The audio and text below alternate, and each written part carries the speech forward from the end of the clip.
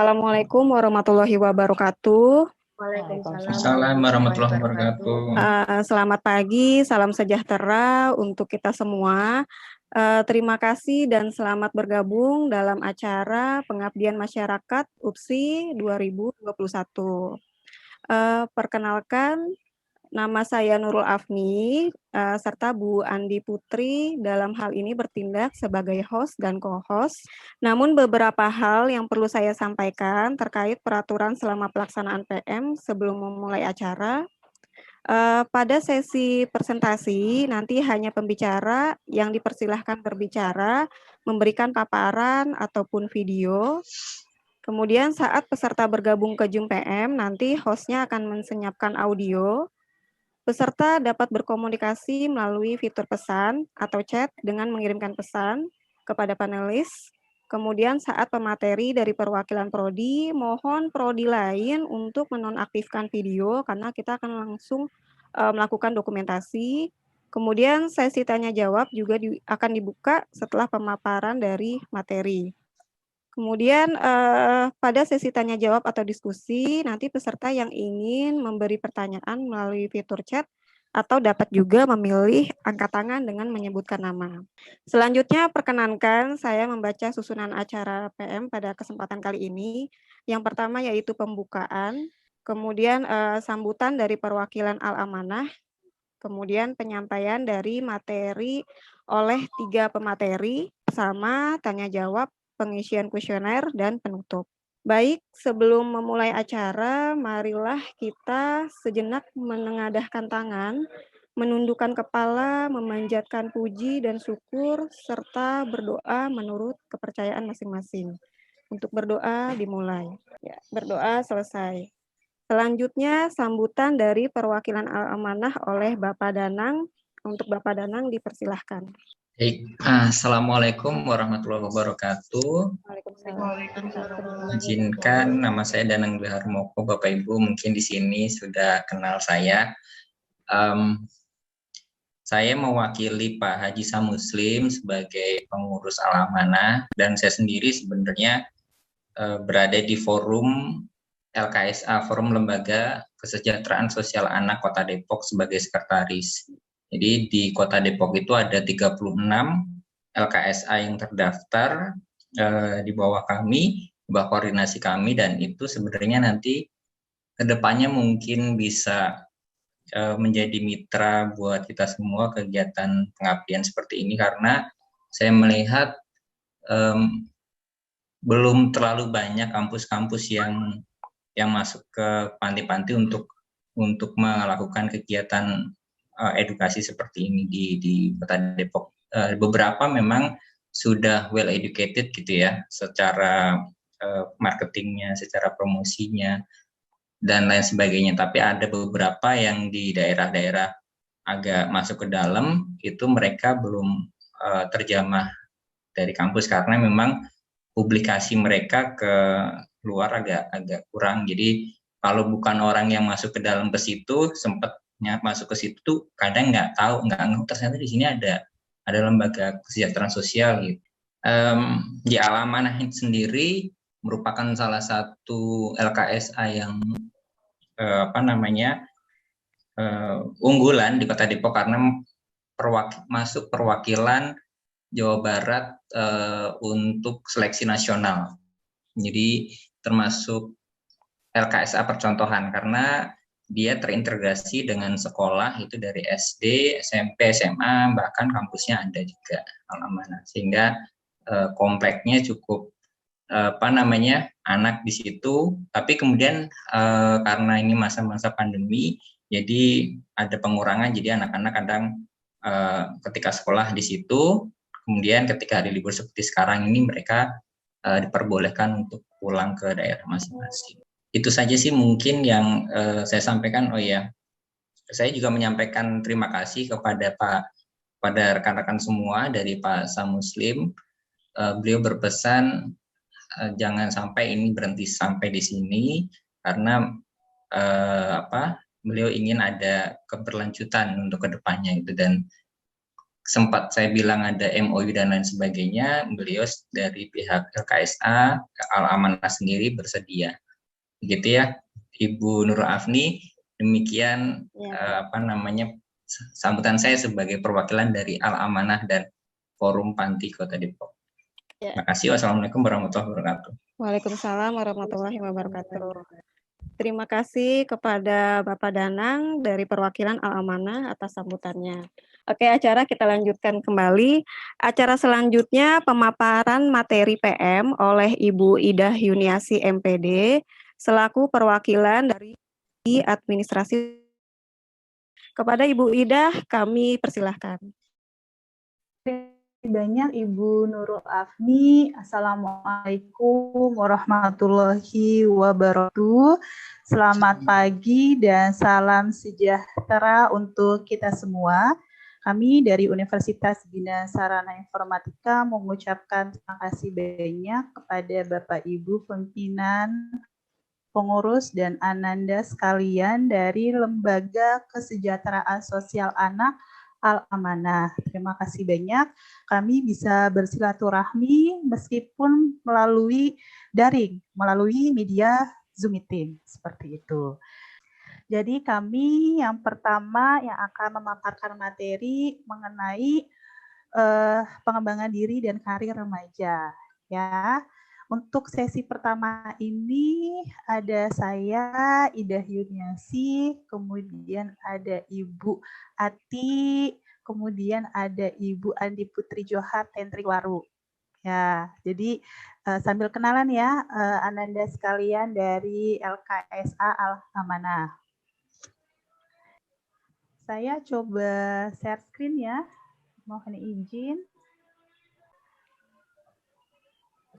Oke, alhamdulillah kayaknya ini aman ya Zoom meeting-nya Mbak Ibu Nurul. Ya.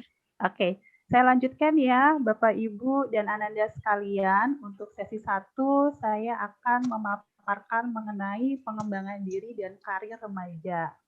Nah, ananda sekalian kan sekarang pada usia remaja. Kenapa usia remaja itu? Rentangnya adalah kalau dari aturan WHO usia dari 12 tahun hingga 24 tahun. Ya. Dan usia remaja ini adalah masa-masa emas. Jadi kalau dari ananda sekalian pada fase ini salah bergaul, salah mengambil keputusan, pasti akan berdampak kepada kehidupan ananda sekalian nanti di masa yang akan datang. Seperti itu. Nah, tentunya kalian sebagai seorang remaja pun harus selalu mengembangkan diri. Ya. Kenapa? Karena sesuatu yang dilakukan pada hari ini berdampak di esok hari. Ya, jadi kalian harus bisa berbuatlah sesuatu yang akan membuat diri kalian di masa depan akan berterima kasih lagi nggak diperbolehkan. Nah, kemudian tidak bertanggung jawab, kalian dapat tugas dari sekolah PR, kalian nggak dikerjakan. Ya, dampaknya nilainya jelek dan lain sebagainya. Jadi sikap itu penting kalian miliki sikap yang baik, yang sopan dengan orang tua, dengan orang yang dihormati, dengan teman sebaya. Apalagi nih sekarang kalian udah generasi milenial, generasi Z ya, yang hidupnya tanpa nggak bisa hidup tanpa gadget, tanpa handphone. Nah, ini juga attitude di sosial media harus diperhatikan. Jangan sampai kalian seenak-enaknya komen misalkan atau membuli, cyberbullying dan lain sebagainya di sosial media. Ya, jadi sekarang sikap itu tidak hanya di dunia nyata, tapi di dunia maya juga harus dijaga. Nah, sikap juga penampilan diri. Apalagi kalau nanti kalian sudah terjun di dunia profesional, di dunia kerja. Maka perhatikan penampilannya. grooming-nya, kebersihan dirinya. Kalian harus tahu kalian mau kerja, berarti bajunya apa nih, outfit-nya apa nih, harus setrika yang rapi, harus bersih, jangan kumel, harus rambutnya disisir, dan lain sebagainya. Nah, ini penting, kenapa? Karena kan orang melihatnya pertama penampilan, oh ini rapi, enak dipandang, ya kan? Kalau cantik atau ganteng atau kurang cantik itu kan relatif, ya, ada relatif gitu. Yang paling benar yang bisa dilihat adalah kerapihan, kemudian penampilannya, jangan sampai acak adut, rambutnya yang kalau laki-laki gondrong, nggak dipotong, dan lain sebagainya. Nah, berikutnya adalah apa sih yang bisa kebiasaan yang bisa meningkatkan remaja. Nah, saya ambil dari bukunya Stephen Habit. Sekarang udah ada 8, bukan hanya 7, tapi saya ambilnya yang 7 aja. Yang pertama nih, kalian harus sebagai remaja itu harus proaktif, harus bisa berinisiatif. Contohnya apa? Kalau di kelas, misalkan gurunya tanya, ada yang menanyakan, nah kalian, atau ada yang mau maju, nah kalian inisiatif untuk tangannya, maju mengerjakan, atau kalian melatih kalian untuk berpendapat, ya, jangan difikirkan untuk, ya, kemudian inisiatif ketika kalian tahu ujian. Nah, berarti kalau dulu mau UN, masih ada UN, berarti harus di drill, harus belajar yang benar. Nah, kalau sekarang kan udah nggak ada ya. Berikutnya yang kedua adalah kalian harus sebagai memiliki nanti, oh saya pengen punya nilai, kepengen nanti selepas lulus SMA, misalkan mau kuliah, mau kerja dulu deh, pengen punya pengalaman untuk bekerja, ya. Jadi kalian harus di-set nih tujuan-tujuannya dari hal yang kecil, atau kalau misalkan dari spiritual nih, mau Ramadan. Ramadan tahun ini saya pengen baca Qur'annya ini tamat 5 kali. Kemudian atau saya pengen puasa tambahin ibadah sunnahnya, ya kan, sholat duhanya full, dan lain sebagainya. Berikutnya yang ketiga adalah kalian harus put first thing first. Jadi kalian harus bisa memprioritaskan sesuatu. Ya, pastikan kalian banyak nih, ada tugas dari sekolah, kemudian di rumah kalian dikasih tugas domestik, pekerjaan rumah, misalkan ada yang tugasnya menyetrika atau nyapu atau ngepel di rumah. Kemudian di LKSA dapat tugas untuk membimbing adik kelasnya untuk belajar, misalkan. Nah, kalian harus bisa nih bikin prioritas mana yang lebih penting, ya. Jadi harus bisa memanage waktu dengan baik. Yang keempat adalah nih, kalian itu punya 2 telinga, 1 mulut. Filosofinya lebih banyak mendengar ketimbang berbicara. Tapi bukan sekedar dengar doang, ya, dari kemudian keluar, masuk telinga kanan, keluar ke telinga kiri. Tapi juga harus disimak, difahami, tahu sama pengurusnya, kalian harus datang ke LKSA tepat waktu, jangan terlambat, ya harus tepat waktu, ya. Berikutnya yang kelima adalah think win-win. Jadi kalian harus punya mental pemenang. Semua orang bisa jadi pemenang. Pemenang itu nggak harus jadi juara satu, tapi kalian bisa mengalahkan diri kalian. Tadi, tahun lalu bisa khatam Al-Quran 3 kali. Nah, tahun ini targetnya jadi 5 kali. Itu adalah kalian sudah menang dari diri kalian.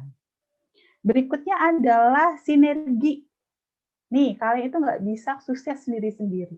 Ya, ada nih biasanya nih kalau di remaja kan masih egois ya. Oh, egois, kemudian mau menang sendiri. Ya, nggak peduli sama orang lain, nggak mau ngebantuin orang lain. Jangan. Ya, sekarang eranya adalah kerjasama, bersinergi untuk sukses bersama. Dan yang terakhir adalah kalian harus selalu mengasah diri kalian. Ya kan? Asah apa nih tadi?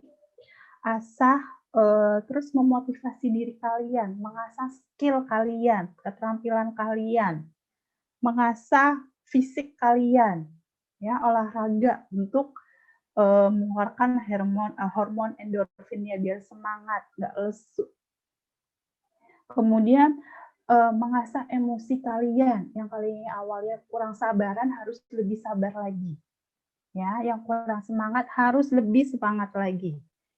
Ya, yang dari segi spiritual yang masih sholatnya bolong-bolong misalkan atau kurang tepat waktu subuhnya sering kelewat, kesiangan. Nah, harus dievaluasi. Ya, dari kapan? Dari sekarang.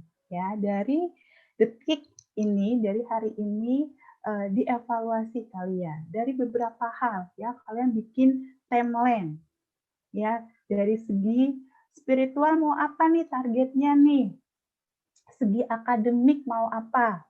Ya, mau ranking 1, mau menguasai bahasa lebih pintar lagi bahasa Inggris, mengasah skill listening-nya misalkan. Kemudian dari segi pertemanan, lebih banyak temannya, lebih banyak bergaul ya, jangan di rumah terus. Ya, nanti harus banyak bergaul supaya bisa belajar dari banyak orang dengan berbagai karakter. Ya, itu saja dari saya sharing-nya hari ini. Terima kasih banyak. Mohon maaf apabila ada hal-hal yang kurang berkenan. Saya akhiri. Wassalamualaikum warahmatullahi wabarakatuh. Saya kembalikan ke Ibu Nurul Afni. Terima kasih. Ya, terima kasih Ibu Ida Yuniasi materinya. Kita langsung dokumentasikan dulu ya untuk prodi administrasi perkantoran. Mohon kepada mahasiswa dan peserta Al-Amanah untuk mengaktifkan videonya terlebih dahulu karena kita mau melakukan dokumentasi. Bu Aput sudah siap? Bentar Bu, saya ini dulu ya, atur dulu. Ya, masih ada beberapa yang belum mengaktifkan videonya, tolong diaktifkan terlebih dahulu. Oke. Untuk mahasiswa dan peserta Al-Amanah beserta dengan Fakultas Ekonomi dan Bisnis ya, Bu Andi? Iya, betul Bu.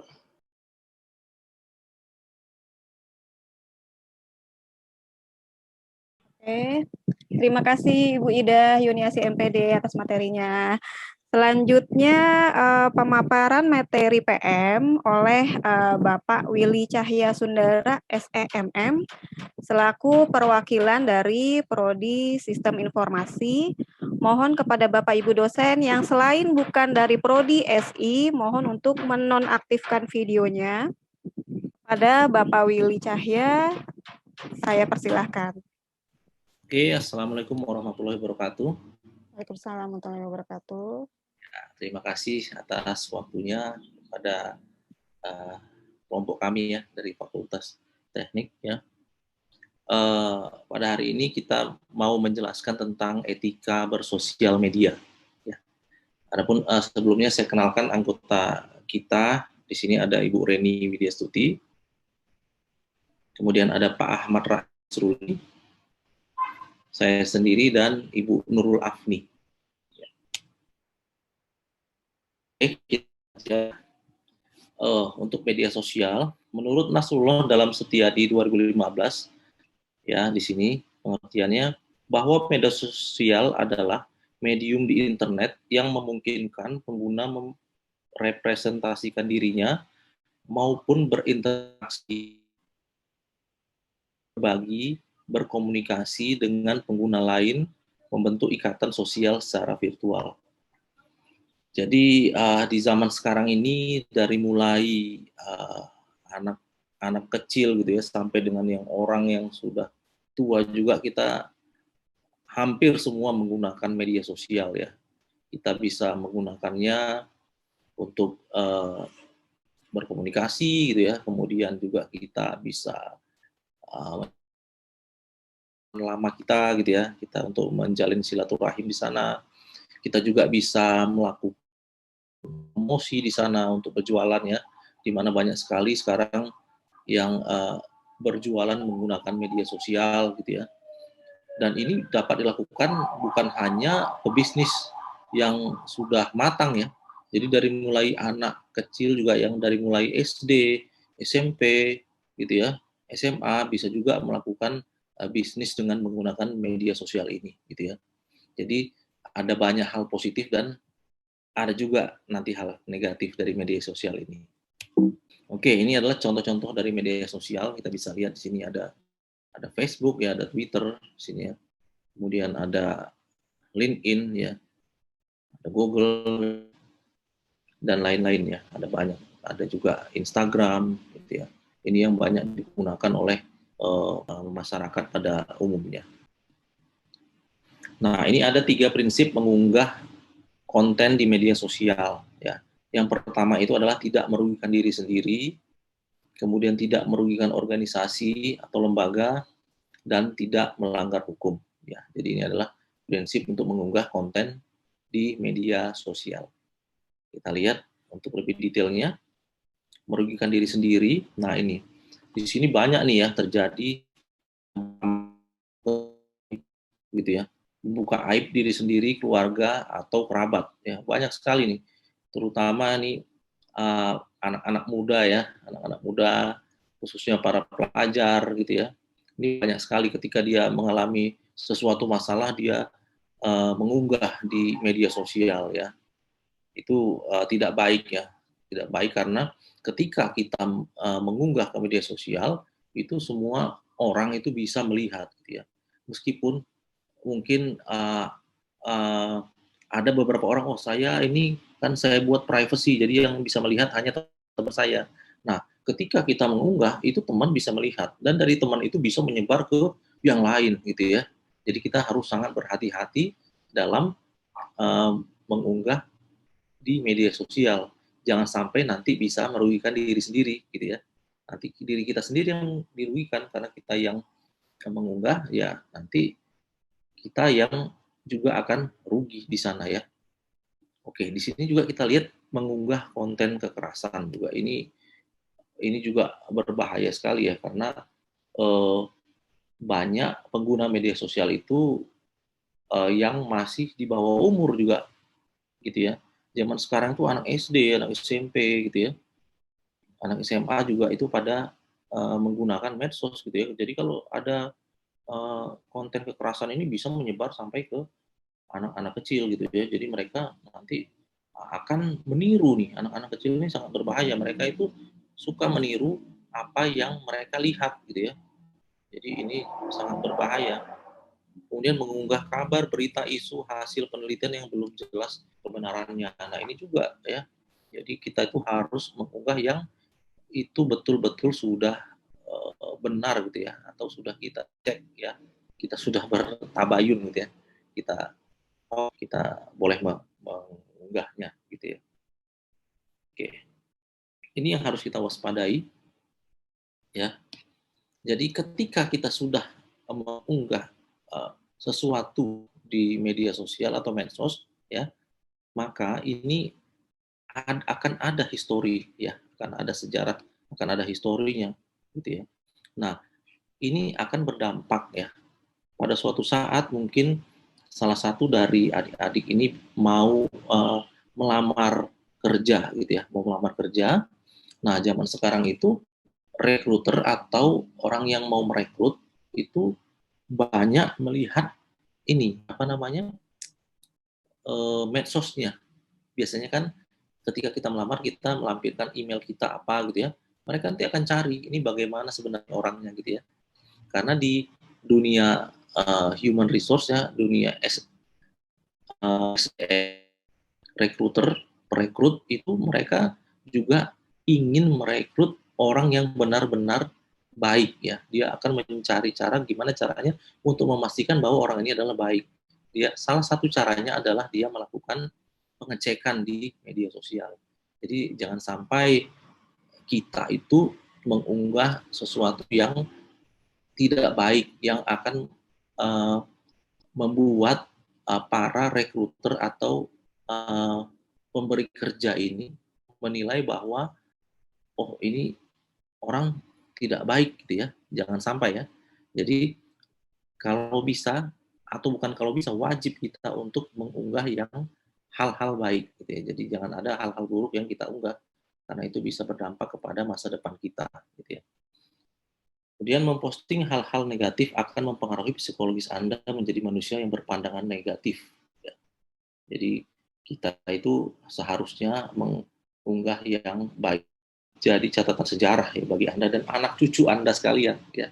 Gitu ya. Jadi itu Anda akan menjadi sangat malu ketika Anda mungkin mengunggah hal-hal yang negatif, kemudian nanti disebarkan lagi oleh orang lain sehingga kita tidak bisa menghapusnya gitu ya. Kalau di medsos kita bisa hapus, tapi ketika orang lain mengambil ya, kemudian menyebarkannya, nah kita udah di luar kendali kita ya.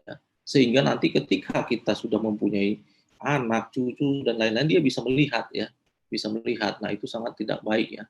Ketika kita menjadi panutan mereka, ternyata kita pernah mengunggah hal-hal yang buruk ya.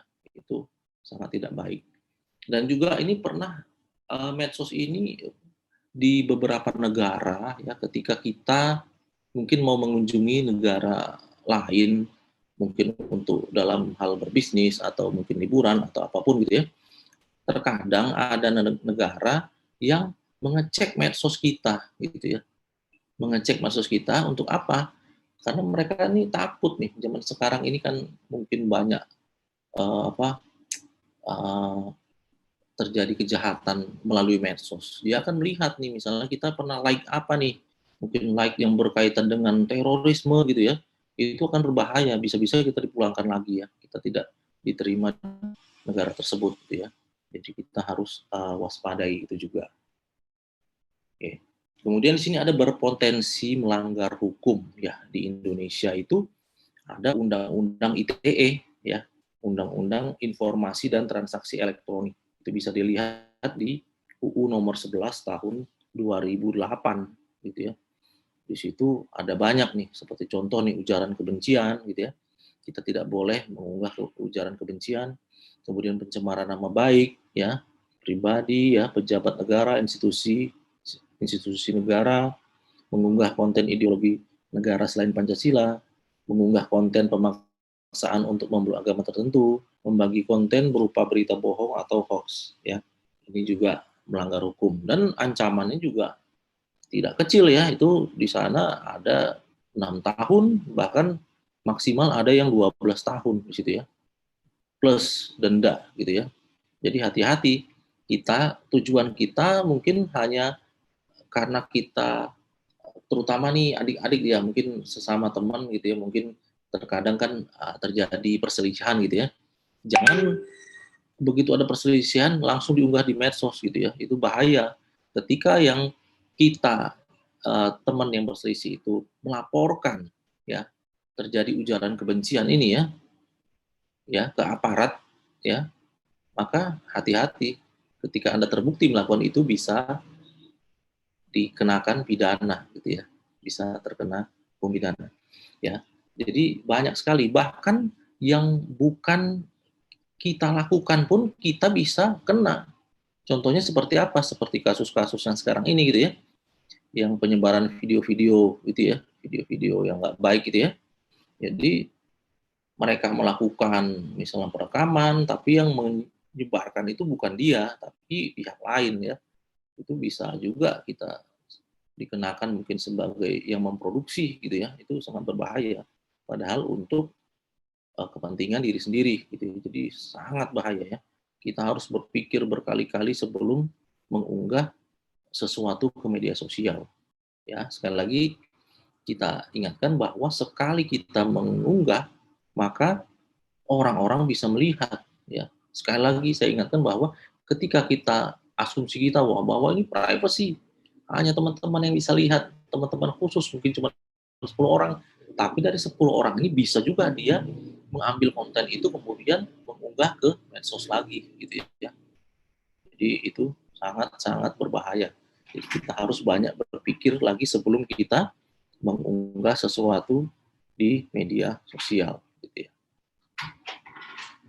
Oke, ini ada rambu-rambu konten media sosial yang produktif ya. Jadi alangkah baiknya kalau kita mengunggah ke medsos itu hal-hal kreatif, gitu ya, bermanfaat, inspiratif, pesan damai dan pesan syukur ya.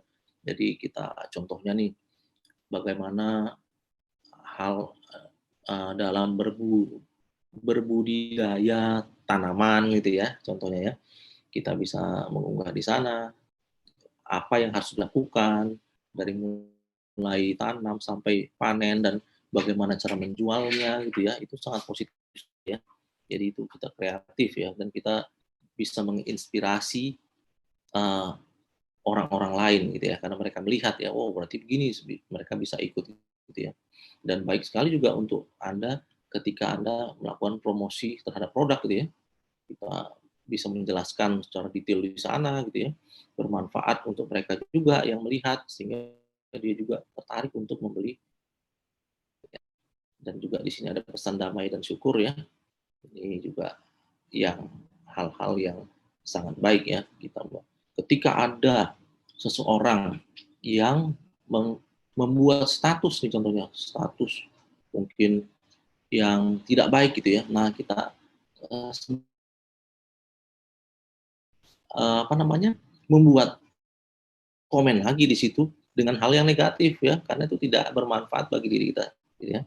Sangat tidak bermanfaat, malah nanti akan terjadi keributan, keramaian ya. Atau sekarang mungkin di Indonesia terkenal dengan haters ya, ketika ada orang membuat status kemudian muncul haters, wah menghujat gitu ya. Gitu ya.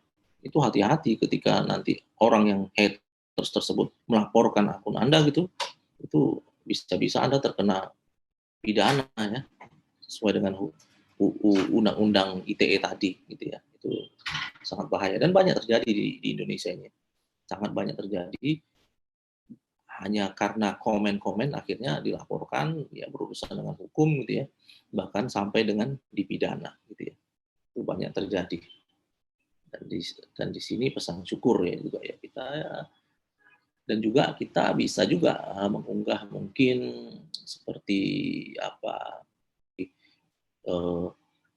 bagi orang yang melihat gitu ya, ataupun konten-konten kitab suci gitu ya, kita bisa mengunggah di situ ya. Itu sangat bermanfaat bagi orang gitu ya, karena banyak mungkin sekarang orang yang terlalu sibuk jadi dia tidak sempat baca mungkin Al-Quran atau hadis, dia nggak bisa baca. Anda unggah di situ, mereka bisa lihat, oh ternyata seperti ini. Yang tidak tahu hukum jadi melek gitu, jadi tahu gitu ya. Ya mungkin sampai di situ saja mungkin presentasi untuk Fakultas Teknik ya. Terima kasih atas waktunya. Saya kembalikan lagi kepada moderator, silakan. Oke, terima kasih Bapak Willy Cahya Sundara, SEMM, atas materinya. Kita dokumentasikan dulu Bu Aput untuk Prodi Sistem Informasi. Oke, 1, 2, 3. Sekali lagi ya Bapak Ibu ya. 1, 2, 3. Oke, baik Bu. Ya, terima kasih Bu Aput. Terima kasih atas waktunya Ibu Nurul Afni. Perkenalkan, kami di Prodi Bahasa Inggris, Fakultas Komunikasi dan Bahasa, ingin menyampaikan sedikit materi mengenai tema kita yang masih berkaitan dengan tema kita pada pagi hari ini, yaitu pengenalan teknik skimming dan scanning. Saya share screen ya Bapak Ibu.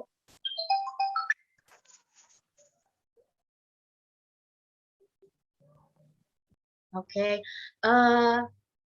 materi yang akan kami sebelumnya kami tekan dulu dari prodi kami, prodi Bahasa Inggris, Fakultas Komunikasi dan Bahasa. Ada Ibu Sri Arfani, lalu Ibu Prapti, dan saya sendiri Ibu Ria Yuliasari. Oke, materi yang akan kami sampaikan yaitu pengenalan teknik skimming dan scanning. Kami angkat materi tersebut karena mungkin dari adik-adik LKSA Amanah ada mengalami problem dalam menghadapi soal-soal bahasa Inggris, terutama soal-soal reading atau soal-soal teks reading seperti itu. Nah, di sini skimming dan scanning yaitu teknik memindai bacaan berfungsi untuk menemukan informasi dalam bacaan yang panjang dalam waktu yang singkat. Teknik ini sangat cocok diterapkan untuk mengerjakan soal reading dalam waktu yang terbatas seperti saat ujian. Nah, mungkin ada berbagai macam alasan kenapa soal-soal reading banyak tidak diminati, ya, karena mungkin kekurangan kosakata, membaca teks bahasa Inggris itu membosankan seperti itu. Lalu pengerjaan soal yang panjang tapi waktunya singkat. Nah, seperti itu. Nah, kami di sini ingin membantu memperkenalkan kedua teknik tersebut. Seperti itu. Teknik ini bisa meningkatkan kemampuan membaca, juga dapat diterapkan pada bacaan-bacaan panjang bahasa Inggris, tetapi juga bacaan-bacaan dalam bahasa lain. Meski dalam prosesnya, kedua teknik ini, skimming dan scanning ini mempunyai perbedaan dalam tujuannya. Kami perkenalkan yang pertama yaitu skimming, teknik skimming. Biasanya ada pertanyaan seperti ini dalam soal bahasa Inggris ya. What is the main idea of the previous text? Kalian sering menjumpai tipe soal seperti ini. Jika menjumpai soal seperti ini, kalian menggunakan teknik skimming. Apa itu skimming? Skimming merupakan teknik membaca dengan memindai yang untuk menemukan gagasan utama atau garis besar dari keseluruhan mendapatkan gambaran yang sedang kalian baca. Sebagai informasi untuk adik-adik Al-Amanah, teknik yang disampaikan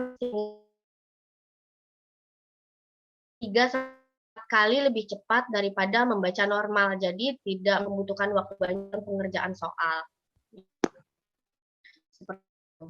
Lalu bagaimana cara melakukan teknik skimming ini? Langkah yang pertama, baca dari judul dan subjudul dari sebuah buku untuk mengetahui ide utama yang dibahas, buku atau bacaan, ya, terutama bacaan-bacaan yang panjang. Jadi kita baca dulu dari judul dan subjudulnya, biasanya kuncinya ada di situ, dari soal-soal reading. Langkah yang kedua yaitu hindari membaca isi buku kata demi kata. Nah, ini biasanya yang dialami oleh adik-adik, ya, bacanya karena kita tidak mengerti satu kata, kita terpaku pada kata itu. Jadi menghiraukan yang lain. Nah, justru ini akan menghabiskan waktu untuk pekerjaan soal. Jadi jika tidak tahu artinya, skip lalu baca yang lain, seperti itu ya. Jadi hindari membaca teks kata demi kata. Lalu yang ketiga, bila diperlukan, baca bagian awal dan akhir kalimat dari setiap paragraf. Kuncinya pun ada di sini, ya, dari setiap soal reading. 4. Baca dengan teliti paragraf akhir yang biasanya berisi kesimpulan. Lalu berikutnya ada perhatikan juga ilustrasi seperti gambar atau foto jika ada, untuk memudahkan memahami isi bacaan. Contohnya seperti ini, jika adik-adik menemukan soal reading yang panjang, tapi di situ ada gambarnya. Nah, gambar itu bisa saja menjadi kunci. Apa sih isi bacaan tersebut? Contoh misal ada teks, lalu ada gambar anak kecil sedang bermain sepeda. Nah, kita bisa memprediksi, oh, isi bacaan ini itu. Nah, ini bisa membantu kita dalam membaca cepat tanpa memerlukan waktu yang lama seperti itu. 6. Setelah selesai, coba berhenti sejenak untuk memahami isi tulisan tersebut. Ya, jadi di review lagi, ya, benar-benar paham betul, oh teks ini maksudnya seperti ini. Ya, jadi 6 langkah ini bisa digunakan dalam menggunakan teknik skimming. Ya. Lalu berikutnya, teknik yang kedua ada scanning. Scanning dalam bahasa Indonesia memiliki artian sepintas. Teknik membaca ini digunakan untuk mendapatkan informasi spesifik secara cepat dan akurat dari sebuah buku. Biasanya, scanning digunakan ketika kita sudah mengetahui apa yang ingin kita cari, sehingga akan berfokus pada isi buku yang spesifik. Kita harus berlatih untuk menggerak mata maupun membalikkan halaman buku dengan bukan kata atau langkah scanning beberapa sama menggunakan urutan seperti angka, huruf, langkah, selanjutnya, dan seterusnya. Nah, jika ada pertanyaan-pertanyaan yang berhubungan dengan angka, huruf, nah ini kita menggunakan teknik skimming. Cara yang kedua, carilah kata yang dicetak tebal, miring, atau yang dicetak berbeda dengan tulisan lainnya. Nah, ini juga kunci. Ya, jawaban bisa saja ada di bentuk-bentuk kata yang seperti itu. Ya, ketiga, kadangkala penulis menempatkan kata kunci di batas paragraf. Nah, jangan lupa untuk membaca batas paragraf. Biasanya juga jawaban ada di batas. Ini merupakan ini digunakan untuk memperoleh informasi dari sebuah teks dengan menetapkan terlebih dahulu kata atau frasa yang hendak dicari. Proses ini berkaitan dengan penggerakan mata yang secara cepat. Nah, contoh scanning, contoh reading dalam menggunakan teknik scanning itu, contohnya yang pertama mencari nomor telepon di buku telepon. Nah, mungkin secara tidak sadar adik-adik mau cari, mau nelfon seseorang misalnya ya, Dewi misalnya. Jadi yang hanya kita cari itu di huruf D saja, selebihnya pasti kita abaikan. Nah, ini dengan tidak sadar adik-adik sudah menggunakan teknik scanning. Seperti kata dalam kamus. Contoh, kita mencari arti dari kata table. Tentu saja dan menghiraukan huruf lain. Ini contoh lain, melihat jadwal kereta api, melihat destinasi perjalanan di brosur biro wisata, dan seterusnya. Seperti itu. Nah, ini merupakan teknik scanning. Dan dapat diketahui bahwa perbedaan antara skimming dan scanning adalah dari sisi jenis bacaannya. Tapi tujuannya satu, yaitu menggunakan teknik tersebut dengan membaca teks bahasa Inggris tanpa harus menghabiskan banyak waktu. Seperti itu. Saya rasa seperti itu materi yang bisa kami sampaikan. Ibu Nurul Afni, cukup sekian dari kami. Terima kasih. Ya, terima kasih Ibu Ria Yuliasari MPD. Dokumentasikan dulu ya Bapak Ibu untuk prodi Bahasa Inggris, langsung saja beserta dengan prodi manajemen ya Bapak Ibu ya.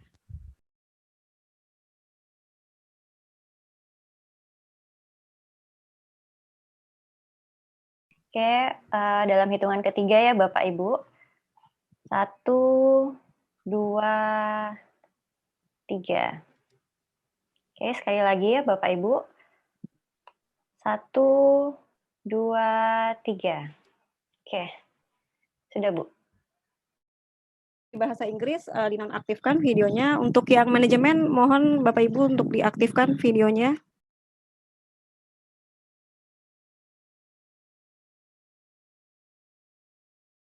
Ya, 1, 2, 3. Sekali lagi, 1, 2, 3. Oke, baik Bu. Ya. Oke, sebelum acara diakhiri, siswa atau dari peserta Al-Amanah yang ingin ditanyakan kepada masing-masing pemateri. langsung ya. Ya Pak Danang, mungkin untuk peserta amanah ada yang ingin ditanyakan? Ayo adik-adik semuanya, ada yang mau tanya silahkan. Jangan malu-malu. Jangan malu-malu. Boleh tentang komputernya tadi ya, yang medsos, boleh yang tentang bahasa Inggrisnya, atau boleh yang tentang perkantorannya, yang Ibu Ida. Oh ya Bu, mungkin saya mewakili kali ya, ada pertanyaan yang mungkin ini yang terjadi, yang mayoritas anak-anak alami gitu ya Bu ya. Halo Bu? Ya Pak. Ya, terkait dengan pengembangan diri, biasanya anak-anak itu pada fase SMA itu mereka pada posisi bercabang gitu ya. Misalnya saya mau jadi apa nih, artinya dia belum tahu dirinya potensinya apa, tapi dia banyak melihat role model yang lain. Oh itu kayaknya keren, bisa ngasilin banyak uang. Oh ini keren. Jadi terkadang mereka terlalu banyak berkutat pada itu, pada akhirnya nggak memulai sesuatu gitu Bu. Jadi nggak mulai pengembangan dirinya, misalnya fokus kepada satu bidang, 2 bidang yang lain, tapi malah melihat banyak role model. Mungkin ada tipsnya dan triksnya mungkin untuk biar mengatasi hal tersebut gitu. Ya. Ini tadi Pak Danang menanyakan untuk pengembangan diri, kebanyakan kan anak-anak cuman pengen lihat-lihat aja gitu ya Pak Danang ya, tapi mereka takut gitu untuk mengembangkan dirinya gitu ya Pak Danang ya. Iya Bu, izin bertanya ya Bu ya, saya merekap ya. Saya izin merekap yang saya temuin kejadian di lapangan gitu ya Bu ya. Jadi rata-rata tuh anak-anak SMA itu gini Bu, dia hanya melihat beberapa role model. Oh misalnya dia YouTuber, YouTuber kayaknya enak nih, bisa ngasilin banyak uang. Oke, kemudian dia lihat lagi role modelnya udah berganti, jadi misalnya jadi main di TikTok atau segala macam. Tapi sebenarnya dia tidak tidak begitu pas dengan potensinya dia gitu Bu. Maksud saya daripada banyak melihat banyak role model, langkah yang konkret yang harus dia lakukan gitu apa Ibu? Gitu. Terima kasih Bu. Oke, baik. Ya, terima kasih banyak Pak Danang. Jadi kita yang pertama adalah kita harus tahu dulu nih siapa diri kita, siapa saya, who I am. Ya, saya misalkan saya contoh diri saya ya. Jadi saya karena dulunya tomboy gitu kan, nggak tomboy, jadi saya gabungnya eskulnya ketika SMA itu pecinta alam gitu, eskulnya pecinta alam. Jadi kita harus tahu nih kalau misalkan mau gabung di organisasi sekolah kan ada OSIS, kemudian ada tadi misalkan pramuka, ada tentang yang jurnalistik, kemudian tadi kalau pecinta alam. Nah, kalian harus tahu kalian itu minatnya itu di mana sih gitu. Belum tentu sesuai. Kayak saya itu saya nggak cocok nih jadi YouTuber karena saya nggak suka upload Instagram misalkan. Saya nggak suka, saya kalau nggak suka pamer-pamer kasarannya kayak gitu ya, nggak suka upload YouTuber. Jadi harus tahu siapa diri kalian. Ya, kalian bikin list nih. Kalian bikin list saya, nama, kemudian hal yang disukai. Ya, kalian kan udah tahu kan, misalkan dari SD, SMP, SMA suka belajarnya apa. Saya sudah tahu nih. Jadi sejak SMP saya sudah tahu saya mau sekolahnya itu SMA atau SMK. Atau SMA itu saya udah tahu saya mau ambil jurusannya IPS. Itu sejak saya itu mungkin SD kali ya, atau SMP. Puncaknya di SMP. Jadi saya udah tahu nih, saya bisa mengukur diri. Saya kimia, mata pelajaran kimianya itu kurang. Jadi saya nggak bisa memaksakan diri saya, daripada saya masuk IPA, kemudian saya stres, satu. Yang kedua, masuk IPA tapi setengah-setengah ilmunya, lebih baik saya di IPS ya saya suka. Saya suka antropologi, saya suka sosiologi, dan lain sebagainya. Ekonomi, dan lain sebagainya. Nah, jadi kalian harus tahu nih, apa yang kalian sukai dulu. Jadi melakukan sesuatu dengan yang kalian sukai. Seperti halnya saya dulu itu suka membaca dari SD. Saya suka baca. Kalian misalkan hal yang kecil, suka baca nih, pinjam buku di perpus, atau kalian kalau di handphone kan udah ada banyak aplikasi gratis ya, cerpen gratis, novel dan lain sebagainya. Kalian baca nih, belajar sastra misalkan, ya, habis baca kalian nulis, bikin review misalkan. Saya dulu gitu, nulis, bikin rangkuman, nonton film, bikin review. Nah, itu ngelatih skill kalian, ya, sambil skill menulis kalian, bisa kembali, kemudian kalian juga bisa belajar hal baru. Ya, jadi jangan sampai memaksakan diri, ya.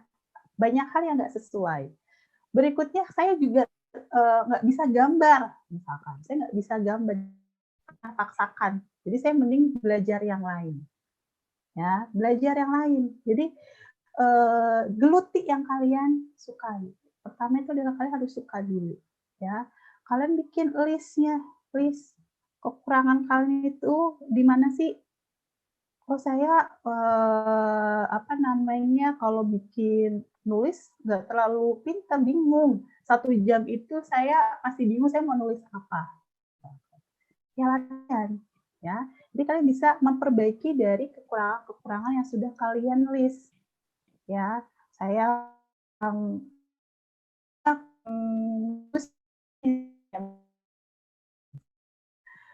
kemudian targetnya apa nih? Jadi targetnya itu jangan target orang lain, tapi target diri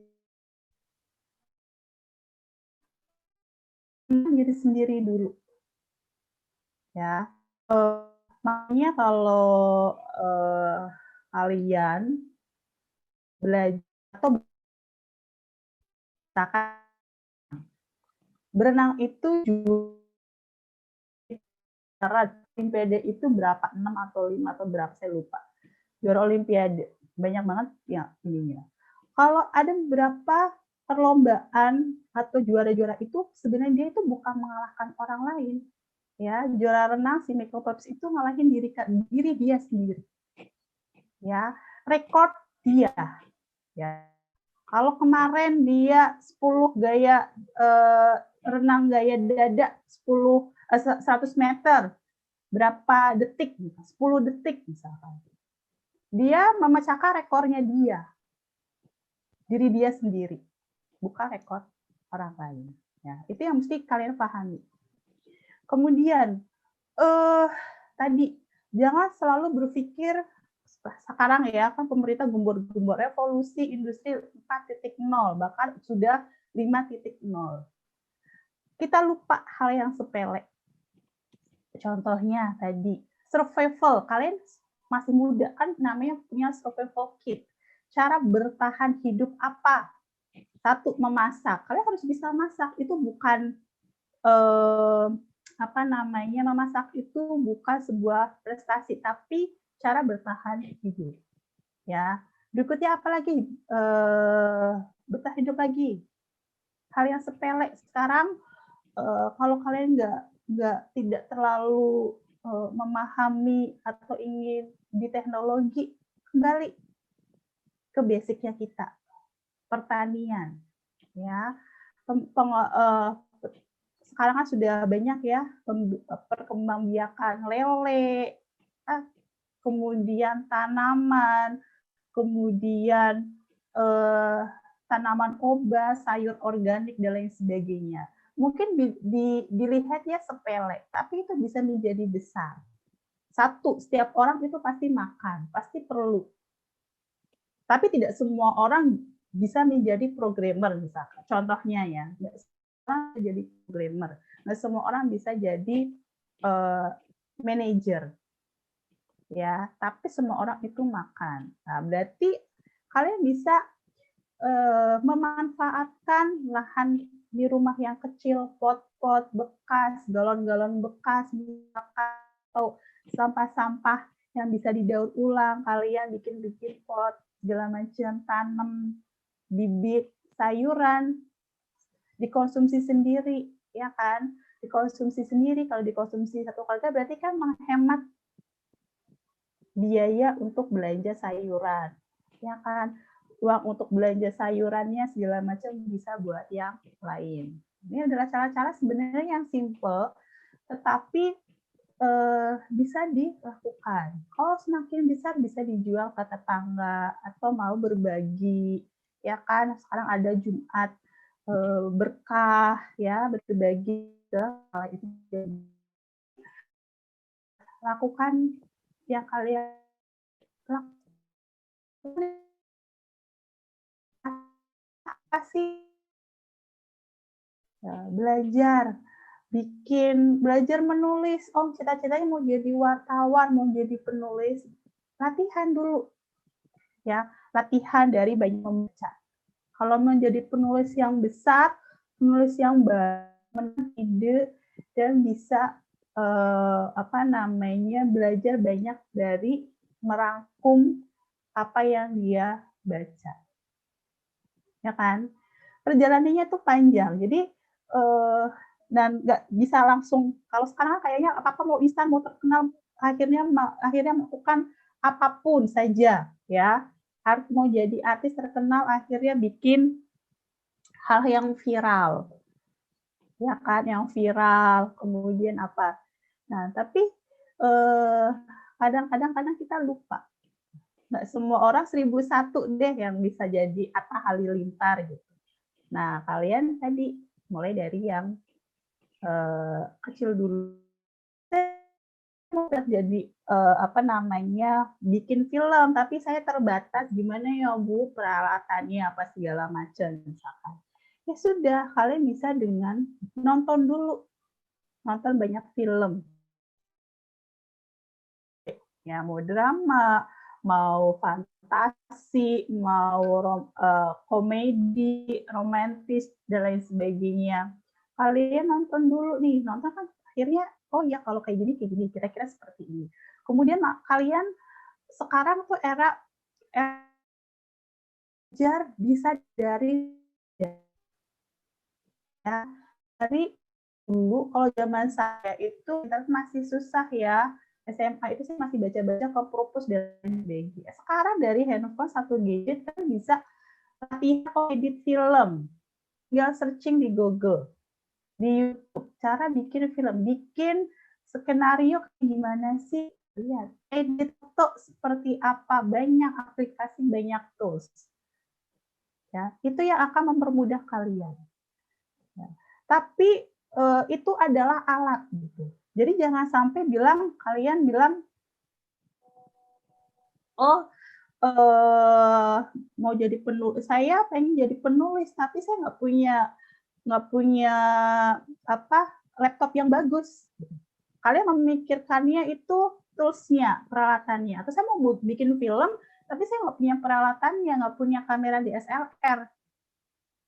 Jadi seolah-olah kalian ngebatasi karena nggak punya peralatannya, akhirnya nggak mau bikin, nggak mau mencoba. Nah, sementara sebenarnya kita bisa bikin film. Joko Anwar bikin film pendek dari handphonenya, bisa. Edit film bisa dari handphone. Jadi jangan sampai membatasi diri kalian. Gitu. Jadi malah justru sebenarnya dari hal yang limit, barang-barang, peralatan yang terbatas itu timbul kreativitas. Itu harus remaja itu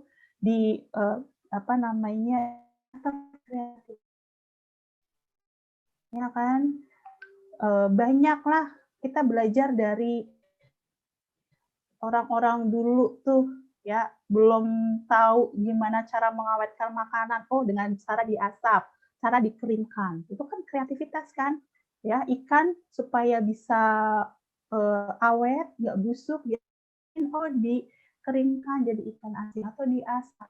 Jadi kalau misalkan lagi musim penghujan atau air yang pasang, kita bisa mengkonsumsi ikan. Hal-hal itu yang mesti kalian lakukan. Dari mana? Ya tadi, dari banyak meningkatkan pengetahuan, dari banyak baca, banyak berdiskusi, banyak bergaul. Ya, kemudian ningkatin skill-nya tadi, mau ahli bikin film ya belajar dulu, belum punya DSLR pakai handphone dulu, ya kan, pakai handphone dulu. Oh cara ngambilnya kayak gini dari depan, oh mau belakang, oh mau ini mau apa nih, potret atau landscape apa segala macam dan lain sebagainya. Seperti itu sih Pak Danang sharingnya.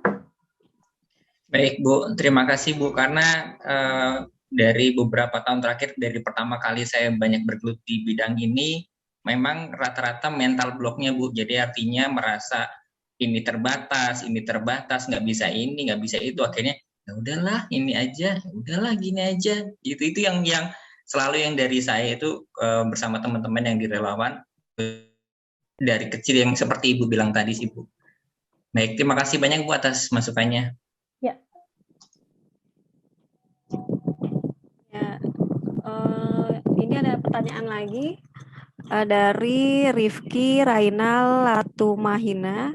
Izin bertanya, saya punya jurusan dan universitas pilihan saya sendiri, tetapi orang tua saya memaksakan saya untuk masuk jurusan dan universitas pilihan mereka. Apa yang harus saya bicarakan untuk menjelaskannya agar dapat diterima oleh orang tua saya? Bagaimana Bu Ida? Jadi biasakan untuk ngobrol ya sama orang tua, kemudian sharing. Jadi penyampaiannya pun tua tanya dulu kenapa orang tua memilihkan jurusan tersebut atau universitas tersebut. Kalian bikin analisis, bikin analisis SWOT ya, misalkan pilihan kalian, pilihan kamu, saya mau Rifki nih, Rifki bisa diaktifkan audionya, mungkin dia kuliah di jurusan satunya apa, itu boleh, biar sekaligus dicontohkannya itu dengan benar. Rifki ada?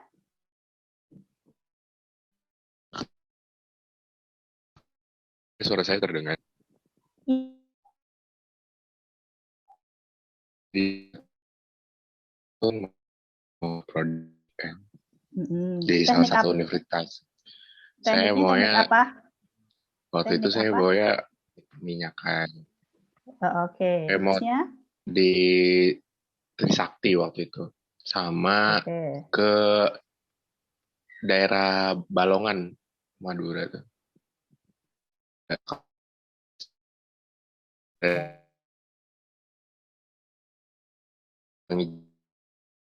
Jadi saya harus ngambil di IPB sama di UI karena paling dekat sama rumah kan.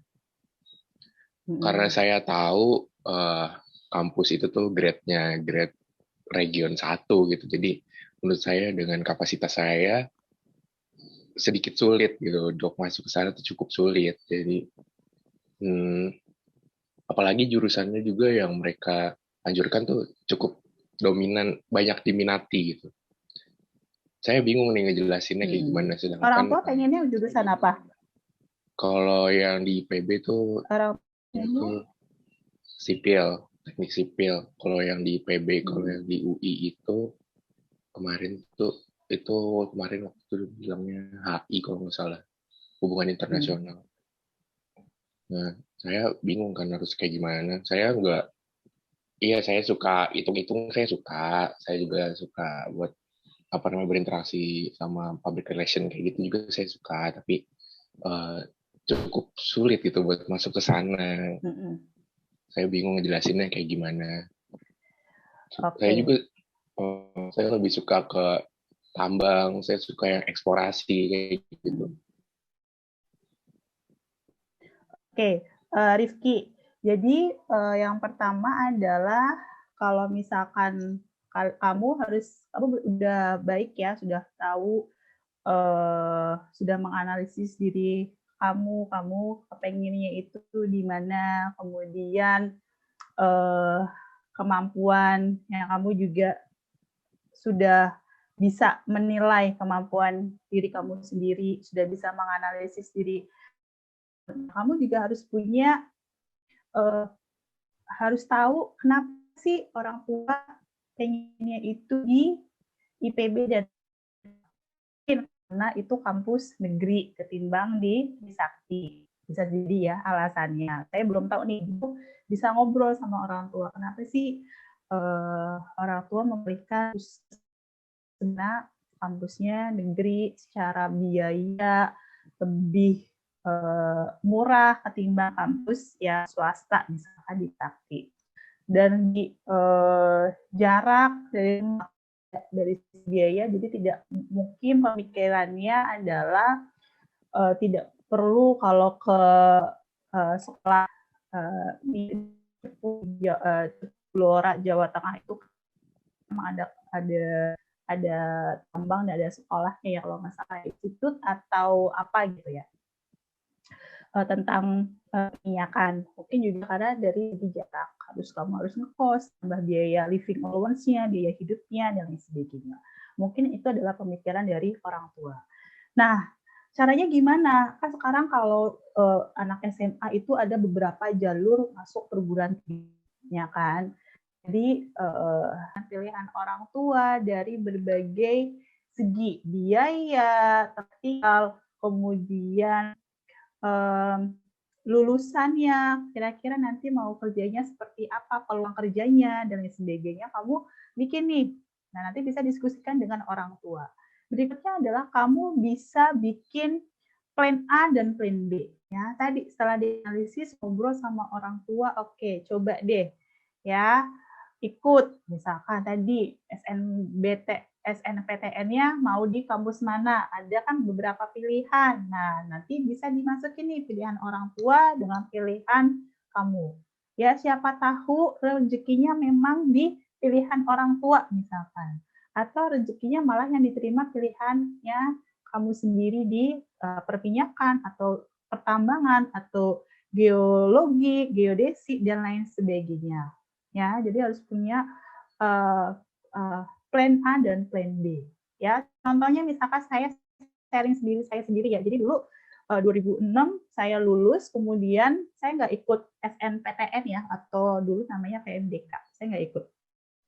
Karena saya pikir ngapain saya berarti sebelum, karena dulu kan masih ada UN ya, khawatirnya saya nggak lulus UN, tapi saya keterima kuliah di kampus lain gitu kan, kayaknya akan lebih stres. Jadi saya mending bertahap saya lulus UN dulu, habis itu baru menentukan saya mau kuliah di mana. Kemudian saya ikut SBMPTN. Kalau dulu masih namanya SNPTN kalau nggak salah deh. Dulu namanya, kalau sekarang SBMPTN. Jadi seleksi bersama. Saya pilih beberapa kampus gitu ya.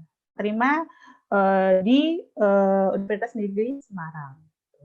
Tapi saya juga punya kepingin saya kuliah data juga saya di STAN.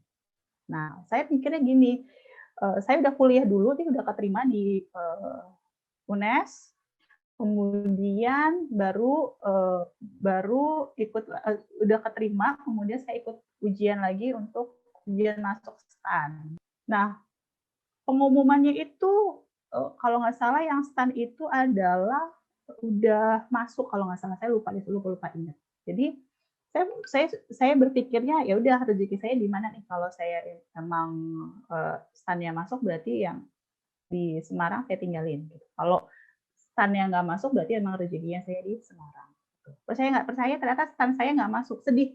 Aduh kok STAN-nya nggak masuk ya, padahal pengen banget dan lain sebagainya. Merasa gagal dan sebagainya, wajar.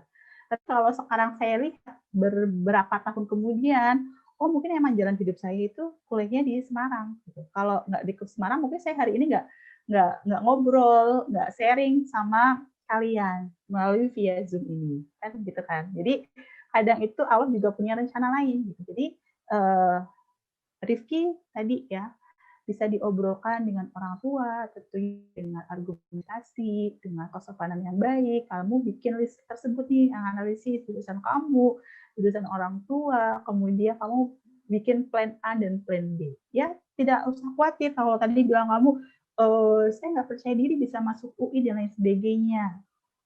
Siapa tahu rezekinya memang di UI. Jadi dicoba dulu gitu. Kita nggak pernah tahu kita itu sampai sejauh mana. Ya, dicoba aja. Jadi karena sekarang kan udah banyak nih cara untuk masuk ke perguruan tinggi. Seperti itu. Itu saja Rifki dan Bu Nurul. Ya, terima kasih Ibu Ida.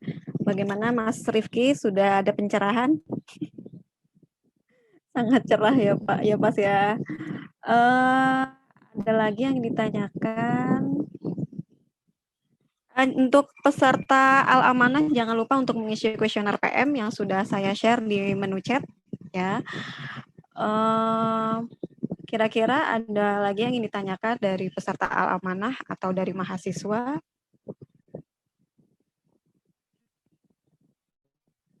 Untuk peserta Al-Amanah dimohon untuk segera mengisi kuesioner PM-nya sebelum kita mengakhiri acara.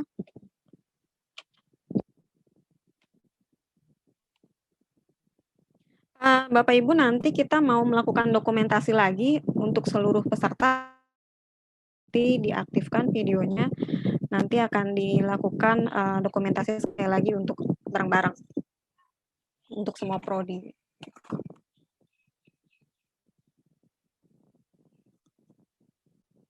Ya, pertanyaan untuk mahasiswa atau untuk peserta Al-Amanah boleh bertanya juga mengenai medsos ya ke Pak Willy, atau mengenai scamming bahasa Inggris ya ke Bu Ria, atau siapa tanya lagi dengan Bu Ida. Untuk peserta Al-Amanah bisa langsung isi kuesioner PM klaster 2. Bu Nurul? Iya. Nanti Gimana, Bu yang Aput? foto bersamanya semua prodi berarti ya Bu ya? Ya, semua prodi aja. Untuk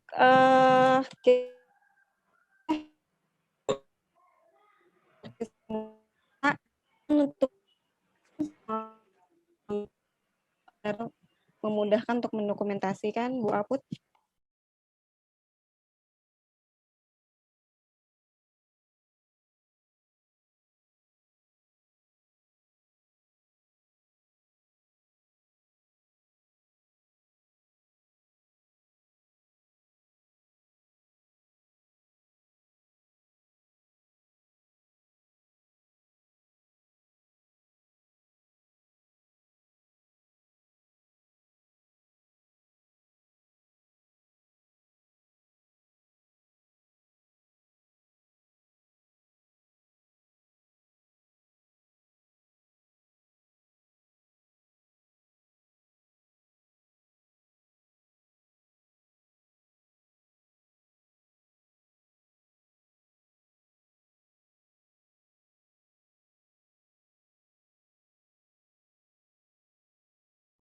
Terima kasih untuk Bapak Ibu dari perwakilan prodi dan dari prodi administrasi perkantoran, manajemen, kemudian prodi sistem informasi dan prodi bahasa Inggris.